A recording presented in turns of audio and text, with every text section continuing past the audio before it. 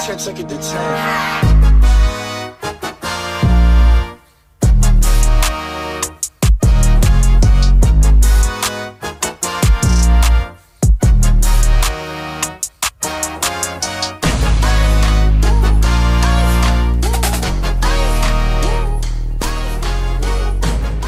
Wow! Now we are thrilled to have the globally renowned DJ, international music producer, and a sensation, Freddy Browne. And he's here to share his insights into his mission to partner with Jamaican artists and play a role in advancing the music industry. Welcome, Freddy. Hey, nice to be here. Oh, this is so good to have you. Thank you, thank you. I am absolutely intrigued by your incentive to kind of partner with different cultures, particularly in Jamaica, and your fascination with Jamaican music and Jamaican culture. How did that come about? It's a really good story. I told it in the newspapers last year. I saw the band The Police, you know, Sting's first band, and around 1980, and they were in concert with an opening act called Black Uru, who I had never heard of before. And you know, came to find out it was Sly and Robbie, who, you know, later on, a couple of years later in the clubs in New York City, I heard Pull Up to the Bumper by Grace Jones, which is also Sly and Robbie. And so they just became my gods, you know, like my idols. And then I was blessed to work with them both twice. And I, you know, recorded with them, and it's been amazing. And that's how it all kind of... And that's what sparked your interest in totally began right there. That was it. So you've just mentioned a few artists. Like, what would you say so far is your most memorable collaboration? Your most memorable moment? Well, for sure, being with those two guys, you know, and Bless Up Robbie, you know, I got to work with them a second time, you know, just before. And so those guys, and I'm just still absorbing their body of work because they've been on 200,000 recordings. You know, they're the most prolific Jamaican musicians ever. So those guys for sure. And then, you know, here with Jamaica, I had Shaggy on a track on the album. I did two with Devin the Doctor, who's a good friend of mine. And I actually met through Sly and Robbie from the collaboration that they did that won the Grammy. I got nominated for the Grammy Album of the Year. And a lot of new ones, new artists that I'm actually getting ready to work with, like Iris Soldier and Aaliyah, you know, really talented. There's a lot. That's one thing about Jamaica. There's no shortage of talent. There's a lot of talented people. Like you just said, there's no shortage of talent. And you've mentioned some amazing artists, diverse, different genres of music. But not only that, also different cultures. How do you find working with persons from different cultural backgrounds? You know, sometimes the undertones and conversations can be, you know, how do you find that? And how do you ensure that it's a smooth, positive process? I think if it starts with the music, which is what I always lead with, and, you know, business and all those that stuff, that kind of follows. But if it's just about the music and the connection, the collaboration is right,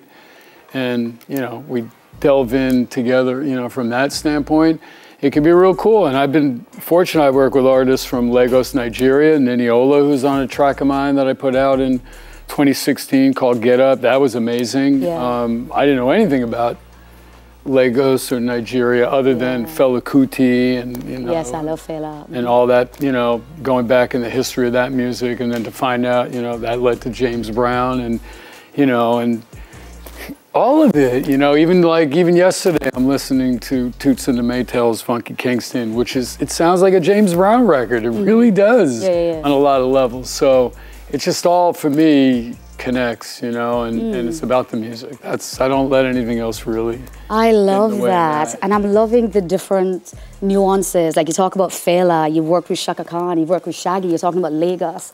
Just so many eclectic, your plethora. What do you want to leave? What impact do you want to make or leave on the music industry? What do you want people to take away? What legacy? Well, I think one of the things I also really like about this place is that I think it's a really good time to be doing more. Doing more, like, you know, getting you know, bringing more, you know, from an entertainment standpoint, from the musical standpoint, bringing more to the country, bringing, you know, creating more financial opportunities for artists to play here, you know, both those here in Jamaica and those that come to Jamaica. Yeah. And I think that's something I'd like to be part of moving forward. So, you know, I've only been coming here for, you know, steady for a year, so I'm definitely not there yet. I'd like to do a lot more before I think I've, you know, in a position to plant any kind of flag. I mean, I'm just pleased to be welcome and have the access that I've had, so. Right. Yeah, that's been nice. Okay, so I personally know that you've been in Jamaica for a minute. You did a show last week at a venue, and you tore the place down. We did. It's really an amazing performance. How has it been for you? From someone watching, I have my thoughts. How has it been for you being here? How was that process? I would say that this is my 4th trip in the last year, and this has by far been the best one? Yep, for sure. And not that the others weren't amazing, because it's always been amazing here. But what we did and the revival of Steve Urchin's club from back in the day called Brand New Machine was just next level, and it included a visual performance that I've never done before, that had not been rehearsed, that my illustrator, whose name is Le Cognito on, it's LE_Cognito on Instagram. He's the most amazing animator illustrator in the world, I think, and found him on Instagram, and we performed it live in real time. We had no idea what we were gonna do. I never know what I'm gonna play in my sets, and the whole thing was just, it was stellar. It was, and everybody loved it. It was amazing. I heard great reviews. Really exciting time, and to do it here in Jamaica and have the opportunity to do it, holy smokes, and Heineken's involvement. It was awesome. So okay, Freddie, looking forward, what exciting collaborations and projects do you have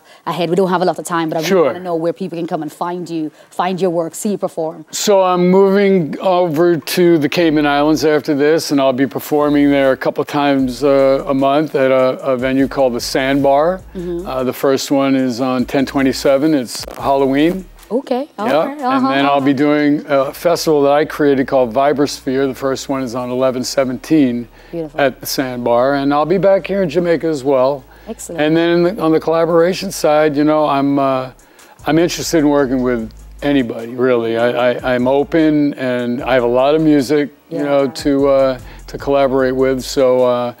You can reach me at my Instagram at the Freddy Browne, TheFreddyBrowne. Excellent. And then there's a YouTube channel with the things we've put out of recent.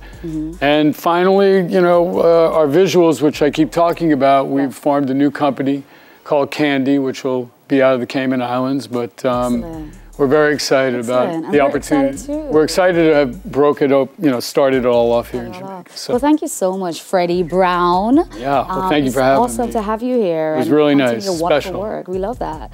Yeah, stay with us. More We Can Smile when we return.